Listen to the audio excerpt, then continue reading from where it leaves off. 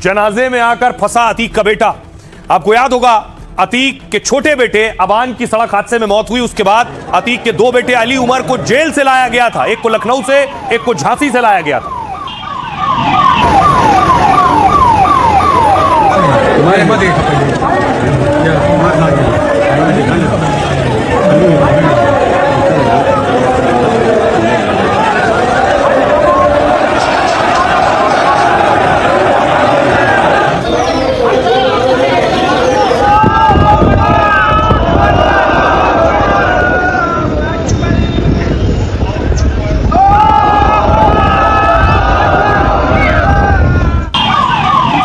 और हुआ क्या कि उमर और अली को लाया गया। उन्हें लाते वक्त लंबा चौड़ा काफिला चल रहा था, गाड़ियों के पीछे गाड़ी लगी हुई थी। आगे देख रहे हैं पुलिस वैन चल रही है जिसमें उमर को रखा गया है, और पीछे पीछे देखिए दर्जनों गाड़ियां चल रही थी उमर की गाड़ी के पीछे।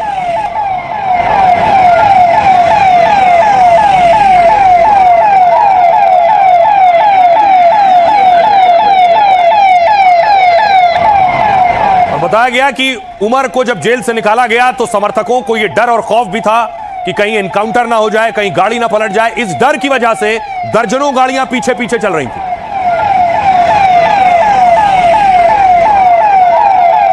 तो गाड़ियों का लंबा चौड़ा काफिला था। अब इस पर एक्शन हुआ है क्योंकि गाड़ियों ने बहुत से नियम कायदे कानून तोड़े, ऐसा पुलिस का कहना है। देखिए क्या हुआ। उमर को पुलिस वैन में लेकर जाया गया और टोल के रास्ते ही गुजरे। अतीक के बेटे के काफिले में यह दबंगई तब सामने आई जब उमर को लखनऊ जेल से प्रयागराज लाया जा रहा था। उमर अहमद की पुलिस वैन के पीछे बहुत सी गाड़ियां थी। महंगी गाड़ियों के इस काफिले में 30 से ज्यादा कारें थी, लेकिन तेज रफ्तार ये गाड़ियां जैसे ही टोल प्लाजा पर पहुंची तो आरोपों के मुताबिक वहां बैरियर तोड़े और गाली गलौज किए। नवाबगंज टोल प्लाजा के सहायक प्रबंधक ने इसकी शिकायत की है। जयप्रकाश यादव ने पुलिस थाने में इस बवाल पर एफआईआर कराई है। पुलिस ने 28 नामजद और कई अज्ञात वाहन चालकों पर केस दर्ज किया, जिसमें आरोप है ये गाड़ियां शनिवार दोपहर टोल से गुजरी, लेकिन किसी ने भी टोल टैक्स नहीं चुकाया बल्कि बैरियर तोड़ डाले। कंप्यूटर ऑपरेटर और हेल्पर ने कूद कर जान बचाई। यह प्रयागराज रूट पर हुआ। टोल कर्मचारियों ने रोकना चाहा तो उन्हें धमकाया और गालियां दी गई। पुलिस अब टोल प्लाजा पर लगे सीसीटीवी कैमरे खंगाल रही है। गाड़ियों में बैठे लोगों की पहचान कर जांच में जुटी है ताकि गाड़ी चलाने वालों के चेहरे पहचान कर कार्रवाई की जा सके, इनसे टोल वसूली और तोड़फोड़ के नुकसान की भरपाई की जा सके। गंभीर धाराओं में एफआईआर भी हुई है जिनमें हत्या की कोशिश का भी आरोप शामिल है। धारा 109(1) और बाकी धाराओं में 10 साल की सजा हो सकती है। इसके बाद ये गाड़ियां प्रतापगढ़ की तरफ पहुंची। अतीक के बेटे उमर के काफिले पर प्रतापगढ़ में भी केस दर्ज हो गया। अख्तियारी टोल प्लाजा के मैनेजर ने भी पुलिस से ऐसी ही शिकायत की है। कहा टोल देने की बजाय धमकी दी गई और गाड़ी चढ़ाने की कोशिश हुई है। बैरियर तोड़कर काफिले में शामिल लोगों ने विवाद किया। एफआईआर कर प्रतापगढ़ पुलिस सीसीटीवी खंगालने और कार्रवाई में जुट गई है। सुनिए इसके बाद अब सियासत भी हो रही है एक्शन पर। क्या कुछ कह रही समाजवादी पार्टी और क्या कह रही बीजेपी। सही सलामत जेल से कब्रिस्तान पहुंचाएंगे या नहीं पहुंचाएंगे, तो ये शक तो पुलिस दूर कर सकती है ना। क्या विकास दुबे की तरह उनकी गाड़ी भी पलट जाएगी, उनकी भी हत्या हो जाएगी, ये लोगों को शक था। ये कानून का काम है। कानून को चाहिए था कि उनको स्कॉट करने से रोके, और जनता के बीच में जो डर है गाड़ी पलटने का, मारने का, वो पुलिस ही दूर कर सकती है।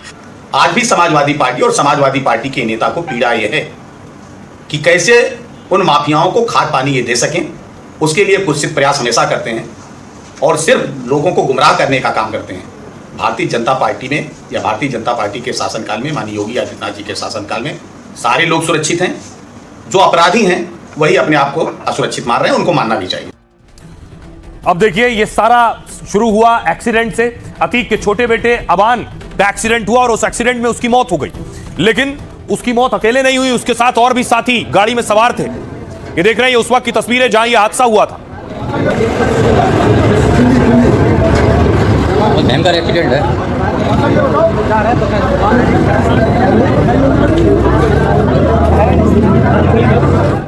इस हादसे में बड़ी चीज यह थी कि अबान की अकेले मौत नहीं हुई। अबान के जो साथी थे उनमें बहुत से साथी घायल हो गए थे। अब हालात ये हैं इनमें कई साथी गंभीर स्थिति में हैं जो जिंदगी और मौत के बीच जूझ रहे हैं।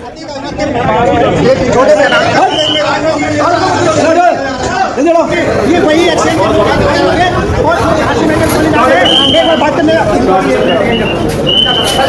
नाम क्या है? नाम अब देखिए इस वक्त हालात क्या हैं। जो इस हादसे में घायल हुए थे बताया गया गाड़ी की रफ्तार 100 किलोमीटर प्रति घंटे से 120 किलोमीटर प्रति घंटे के बीच थी। अब देखिए, जिसे आप देख रहे हैं उमर, जिस हादसे में अतीक के सबसे छोटे बेटे अबान की जान गई, उसी में अबान के साथ कार में मौजूद 3 साथी घायल हुए हैं, जिनमें उमर की हालत गंभीर है। उसकी 3 पसलियां टूटी हैं, उसके लंग्स में ज्यादा दिक्कत है, दावा है फेफड़ा फट गया है। उमर के हाथ पैर में फ्रैक्चर है और हालात में सुधार नहीं हुआ। शनिवार को तबीयत और ज्यादा बिगड़ गई तो दिल्ली भेजा गया। मेदांता अस्पताल में रविवार को उसका ऑपरेशन हुआ। एक और शख्स जैद, अबान के साथ मौजूद दूसरे घायल जैद की हालत भी नाजुक है। जैद की 2 पसलियां टूटी हैं, एक हाथ और दोनों पैर में फ्रैक्चर है। उसकी गर्दन के पास जख्म है, सिर में भी गंभीर चोट लगी है। दावा है इसी वजह से जैद अस्पताल में अजीब हरकतें कर रहा है। रविवार को तबीयत ज्यादा बिगड़ने पर उसे दिल्ली लाया गया और डॉक्टरों की सलाह पर ब्रेन के इलाज के लिए उसे लाया गया है।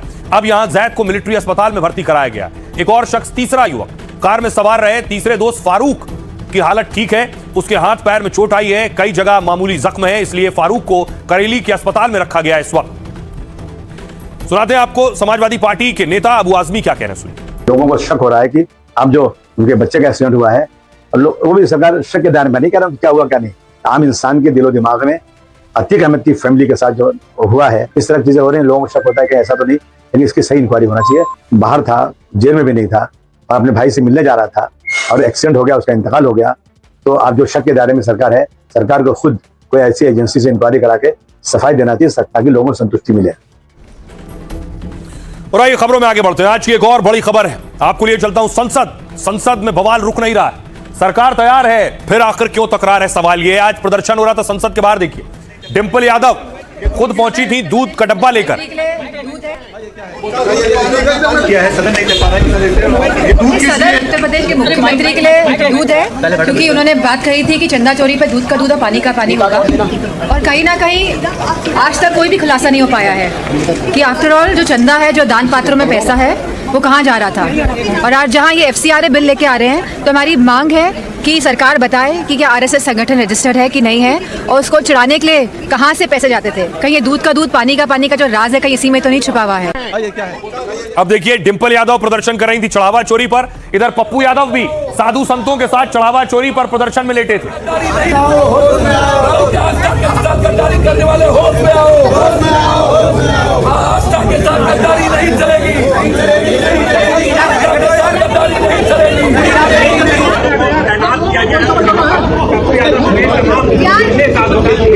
आप देख रहे हैं पप्पू यादव भी साधु संतों के साथ सड़क पर लेटे हैं। दूसरी तरफ ये तो बाहर प्रदर्शन हो रहा था, लोकसभा के अंदर हंगामा हो रहा था। खुद किरण रिजिजू कह रहे थे कि गृह मंत्री अमित शाह बोलने के लिए तैयार हैं।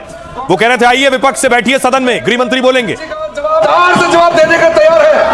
मैं अनुरोध करता हूं कांग्रेस पार्टी और इनको कि गृह मंत्री जी का जवाब के समय डरना नहीं है, भागना नहीं है, पूरा सुनना पड़ेगा। मैंने बिजनेस एडवाइजरी में भी सार्वजनिक महासभा के सामने में कह दिया है कि सरकार।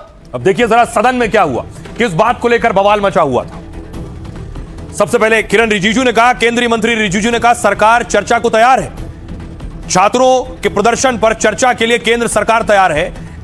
गृह मंत्री अमित शाह सदन में जवाब दे सकते हैं। रिजिजू ने कहा जब शाह बोले तो विपक्ष को उनकी बात सुननी चाहिए। उन्होंने कहा एक एक बात का जवाब दिया जाएगा, लेकिन जब अमित शाह बोले तो फिर विपक्ष हंगामा ना करे। गौरव गोगोई ने कहा कि पार्टी की मांग को फिर दोहराया। गौरव गोगोई ने कहा कि सरकार ने साफ नहीं किया है कि गृह मंत्री कब जवाब देंगे।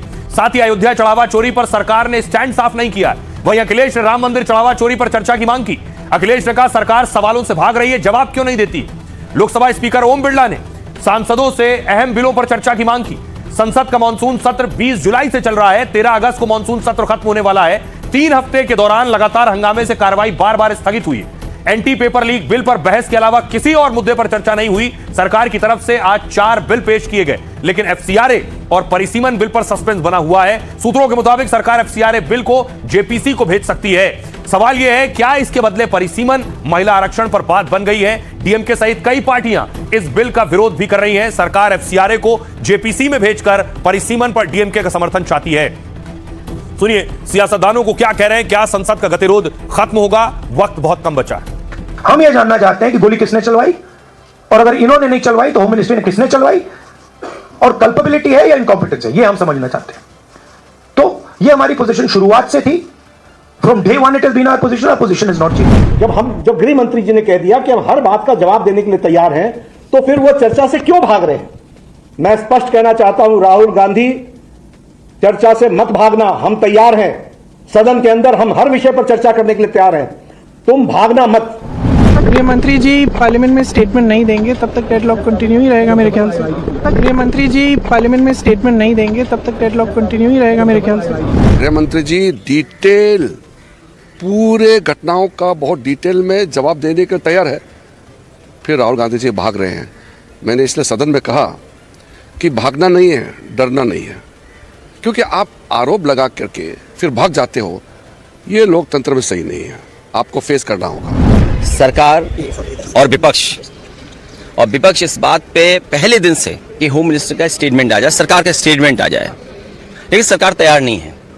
जब 2 दिन बचे हैं, अभी भी सरकार के पास समय है कि दोनों विषय पे चर्चा कर लें। अब देखिए, प्रदर्शन एक बात को लेकर और हो रहा है, वो है एफसीआरए बिल। आपने सुना डिंपल यादव ने भी एफसीआरए का जिक्र किया है। आपको बताऊंगा ये एफसीआरए क्या है जिस पर बवाल हो रहा है, हंगामा हो रहा है।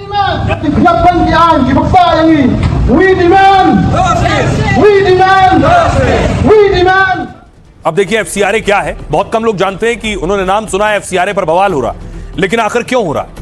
एफसीआरए का मतलब है फॉरेन कंट्रीब्यूशन रेगुलेशन एक्ट। यह बिल मार्च में लोकसभा में पेश हुआ था, लेकिन अभी इस पर चर्चा और पारित होना यह बाकी है। विदेशी फंड को लेकर यह भारत का कानून है, देश के एनजीओ संस्थानों के विदेशी फंड पर नजर रखता है, विदेशी फंड के इस्तेमाल को नियंत्रित करता है। इसका मकसद विदेशी फंडिंग का राष्ट्रीय हित के खिलाफ इस्तेमाल रोकना है। इसमें कई तरह की संस्थाएं शामिल हैं, चैरिटी, शैक्षणिक संस्था, धार्मिक निकाय और एनजीओ हैं। इन सबको विदेशों से फंड हासिल होता है। संशोधन बिल में केंद्र सरकार को एक नामित प्राधिकरण बनाने का अधिकार दिया गया। यह प्राधिकरण विदेशी चंदे और चंदे से बनाई गई संपत्ति का प्रबंधन अपने हाथ में लेगा। इसका राजनीतिक दलों और ईसाई संगठनों ने विरोध किया है। इनके मुताबिक अगर विदेशी चंदे से स्कूल, अस्पताल या दफ्तर बनाया जाता है और अगर उस संस्था का एफसीआरए रजिस्ट्रेशन खत्म हो जाता है, तो बिल के मुताबिक यह संपत्ति सरकार के बनाए प्राधिकरण के पास चली जाएगी, यानी जब्त हो जाएगी। अगर संस्था तय अवधि में नया रजिस्ट्रेशन करा लेती है तो इस संपत्ति पर उसका कब्जा दोबारा बहाल कर दिया जाएगा, लेकिन तय अवधि में नया रजिस्ट्रेशन नहीं होने की स्थिति में इस पर केंद्र के बनाए प्राधिकरण का कब्जा हो जाएगा। बिल में इसी को लेकर सबसे ज्यादा बवाल है। इसका कई दलों और धार्मिक संगठनों ने विरोध किया है। इनको डर है, विदेश से पैसा लिया हमने, संपत्ति जुटाई, इमारतें बनवाई, उसके बाद अगर रजिस्ट्रेशन फिर से रिन्यू नहीं हुआ तो फिर उनकी जब्ती हो जाएगी। इस बात का विरोध है। सुनिए क्या कह रहे हैं। जहां ये एफसीआरए बिल लेके आ रहे हैं, तो हमारी मांग है कि सरकार बताए कि क्या आरएसएस संगठन रजिस्टर्ड है कि नहीं है, और उसको चुराने के लिए कहां से पैसे जाते थे। कहीं ये दूध का दूध, पानी का जो राज है, कहीं इसी में तो नहीं छुपा हुआ है। एफसीआरए के ऊपर बिल लाने का कारण यही है कि लगातार इस देश के अंदर एफसीआरए का उपयोग करके कुछ संस्थाएं पैसा ला रही है और उस पैसे का उपयोग देश विरोधी गतिविधियों के लिए किया जा रहा है। जो अच्छा काम करते हैं उनके लिए इस बिल में कोई अड़चन नहीं है, कोई तकलीफ नहीं है। देखिए, सरकार तानाशाही करना चाहती है, तानाशाही नहीं देश के अंदर चल सकती। लोकतंत्र को खत्म करना चाहते हैं, हर चीज के ऊपर अपना कंट्रोल ऐसे चाहते हैं कि सब चीजों को वही कंट्रोल करें, तो कैसे मुमकिन है? हमारा लोकतांत्रिक देश है, लोकतांत्रिक देश में इस प्रकार से बर्दाश्त नहीं हो पाता। मुझे लगता है कि एफसीआरए बिल भी आना चाहिए और डिलिमिटेशन बिल भी आना चाहिए और ह्यूमन रिजर्वेशन बिल भी आना चाहिए, लेकिन अभी इस सत्र में मुझे लगता है कि ह्यूमन रिजर्वेशन बिल और डिलिमिटेशन का बिल आने की संभावना नहीं। और आइए अब आपको लिए चलता हूं उत्तर प्रदेश। यूपी से एक और खबर आई है। जैसे मैंने कई बार कहा कि यूपी में चुनाव है, विधानसभा के वक्त कम बचा है, सभी पार्टियां एक्टिव हो गई हैं। आज मायावती के भतीजे आकाश रैली कर रहे थे और रैली करते करते उनके निशाने पर अखिलेश यादव और राहुल गांधी थे।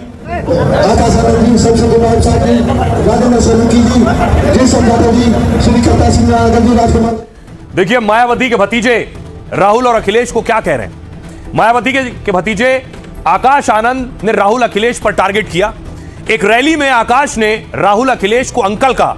आकाश आनंद ने कहा मेरी उम्र 30 साल है, अखिलेश राहुल मुझसे उम्र में काफी बड़े हैं, उन दोनों की उम्र 50 के पार है, हम लोग बड़ों को अंकल कहते हैं। राहुल अंकल और अखिलेश अंकल की बातों में नहीं आना।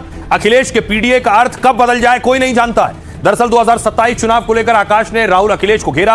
आकाश ने युवा वोटरों को लुभाने की कोशिश की है, खुद को यूपी का युवा चेहरा के रूप में प्रस्तुत किया है। हाथरस में सादाबाद की रैली में आकाश ने बीजेपी पर भी हमले किए। आकाश बीएसपी के नेशनल कोऑर्डिनेटर हैं, हाथरस में रैली कर रहे थे जो मायावती का गढ़ भी माना जाता रहा है। सुनिए क्या कह रहे हैं आकाश। सपा के राष्ट्रीय अध्यक्ष आदरणीय अखिलेश अंकल जी की। उनकी उम्र अब हो गई है, अगर मैं 30 साल का लड़का 50 साल के आदमी को अगर अंकल नहीं कहूँगा तो फिर क्या कहूँ, आप ही बताएं। कांग्रेस पार्टी के राहुल अंकल हैं, जिन प्रदेशों में उनकी कांग्रेस की सरकार चल रही है, वहीं पर वो वही काम कर रहे हैं जो यहाँ भाजपा कर रही है। नोएडा और आगरा का एक्सप्रेसवे दिखाएं, इतने सालों बाद भी आज वो ऐसा का ऐसा ही खड़ा है। एक गड्ढा नहीं, फीते काटने से डेवलपमेंट नहीं होता। तो आकाश कह रहे हैं फीते काटने से डेवलपमेंट नहीं होता। खबरों में आगे बढ़ते हैं।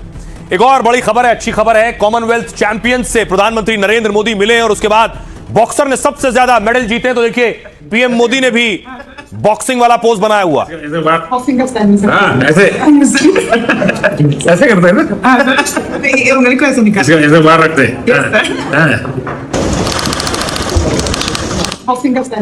ऐसे ऐसे करते हैं ना, उंगली को ऐसे निकाल ऐसे बाहर रखते हैं।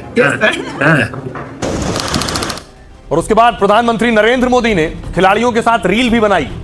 आजकल जेनजी ट्रेंड में है, प्रधानमंत्री पिछले कुछ वक्त से रील बनाने लगे। और देखिए जरा बॉक्सर्स और बाकी खिलाड़ियों के साथ रील बनाई। खेलेगा वो खिलेगा, always cheer for Bharat, Bharat माता की, भारत माता की, भारत माता की। खेलेगा वो खिलेगा। अब आपको बताऊं बड़ी चीज ये, जो खिलाड़ी मेडल जीत कर आए उसमें सबसे ज्यादा महिलाएं हैं जिन्होंने मेडल जीता है, देश का नाम रोशन किया, आधी आबादी की ताकत है। और लेकिन उन्होंने जिंदगी में क्या क्या झेला है मेडल जीतने से पहले, वो जानना जरूरी है। सबसे पहला नाम मीराबाई चानू का है। इंफाल ईस्ट मणिपुर से आती हैं। वेट लिफ्टिंग में 190 किलो वजन उठाकर गोल्ड हासिल किया। बचपन में वो जब जंगल में लकड़ियां बीनने के लिए जाती थी तो वो अपने भाई से भी ज्यादा वजन आसानी से उठा लेती थी। यहीं से उन्हें अपनी इस असाधारण ताकत का पता चला था। अगला नाम है शर्मिला धनखड़, हरियाणा से। पैरा एथलीट शर्मिला ने F57 शॉट पुट इवेंट में गोल्ड जीता। 2 साल की उम्र में पोलियो होने से उनका एक पैर प्रभावित हो गया। परिवार की आर्थिक स्थिति कमजोर थी तो इलाज भी ना हो सका। शादी हुई तो पति शराब के नशे में उनके साथ मारपीट करता था। बाद में उन्होंने अपने पति को छोड़ा और स्पोर्ट्स में करियर बनाया। अस्मिता डे जो त्रिपुरा की हैं, अस्मिता डे कॉमनवेल्थ गेम्स के जूडो में गोल्ड जीतने वाली पहली भारतीय हैं। पिता साइकिल बनाते थे, दिन भर में सिर्फ 300 रुपए कमा पाते थे। आर्थिक तंगी होने के बाद भी अस्मिता ने अपना सपना नहीं छोड़ा। टूर्नामेंट से 7 महीने पहले ब्रेन स्ट्रोक से सोचिए पिता का निधन हो गया। अस्मिता टूट चुकी थी लेकिन फिर भी उन्होंने जीत हासिल की। अरुंधति चौधरी राजस्थान की है, कोटा की। अरुंधति ने 70 किलो भार वर्ग में भारत के लिए बॉक्सिंग गोल्ड जीता और बचपन से वो पढ़ाई में तेज थी, इसलिए पिता इंजीनियर बनाना चाहते थे। वो स्कूल में अक्सर बच्चों से लड़ जाती थी, हमेशा आक्रामक रहती थी और इसी स्वभाव को देखते हुए उनके पिता ने बॉक्सिंग की सलाह दी। बॉक्सिंग कोच नहीं था तो उन्होंने वुशु कोच से ही बॉक्सिंग सीखी। जैस्मिन भिवानी की है। जैस्मिन ने बॉक्सिंग में गोल्ड जीतकर इतिहास रचा है। बॉक्सिंग से खून का रिश्ता है। उनके परदादा स्वर्ण पदक विजेता रहे। कॉमनवेल्थ गेम्स से पहले ही जैस्मिन बैक्टीरियल इन्फेक्शन का शिकार हो गई। इस बीमारी के कारण उनका वजन घटकर 55 किलो रह गया। 1 महीने ट्रेनिंग ठप रही लेकिन 3 हफ्ते में तैयारी करके गोल्ड जीता है। अगला नाम साक्षी चौधरी का। साक्षी भी भिवानी से। साक्षी ने मुक्केबाजी में 51 किलो भार वर्ग में गोल्ड हासिल किया। बचपन में उनके दादाजी मुक्केबाजी की एकेडमी लेकर गए थे। वो जूनियर स्तर पर ही 3 बार की विश्व चैंपियन रह चुकी हैं। प्रिया भी भिवानी से। 20 साल की प्रिया ने जाबाज बॉक्सिंग से CWG में तिरंगा लहराया है। प्रिया मुक्केबाजी में गोल्ड जीतने वाली साक्षी चौधरी की बहन है। उनके भाई भी बॉक्सर हैं जिनके साथ उन्होंने खेल की शुरुआत की। पिता कहते हैं शुद्ध देसी खाना चूरमा खाकर वो पदक विजेता बनी है। अगला नाम प्रीति का है। प्रीति भी भिवानी से। प्रीति पवार ने कॉमनवेल्थ गेम्स के मुक्केबाजी में भारत को गोल्ड दिलाया। उन्हें खेल का हुनर विरासत में मिला। माता पिता पूर्व एथलीट हैं। कहते हैं फिल्म दंगल देखकर उन्हें रिंग में उतरने की प्रेरणा मिली। कई सीनियर मुक्केबाजों को हराकर उन्होंने भारतीय टीम में जगह बनाई है।